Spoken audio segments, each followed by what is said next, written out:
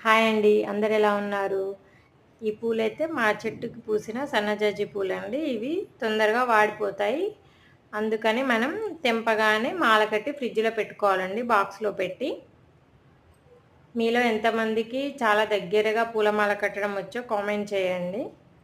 నాకైతే చిన్నప్పుడు పూలమాల కట్టడం అస్సలు రాకపోయేదండి.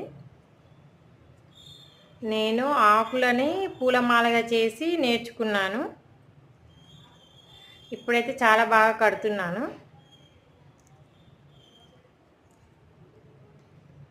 కొంతమంది అయితే కాలుతో కూడా మాల కడతారండి. మీలో ఎంతమందికి వచ్చో కామెంట్ చేయండి. నాకైతే రాదు.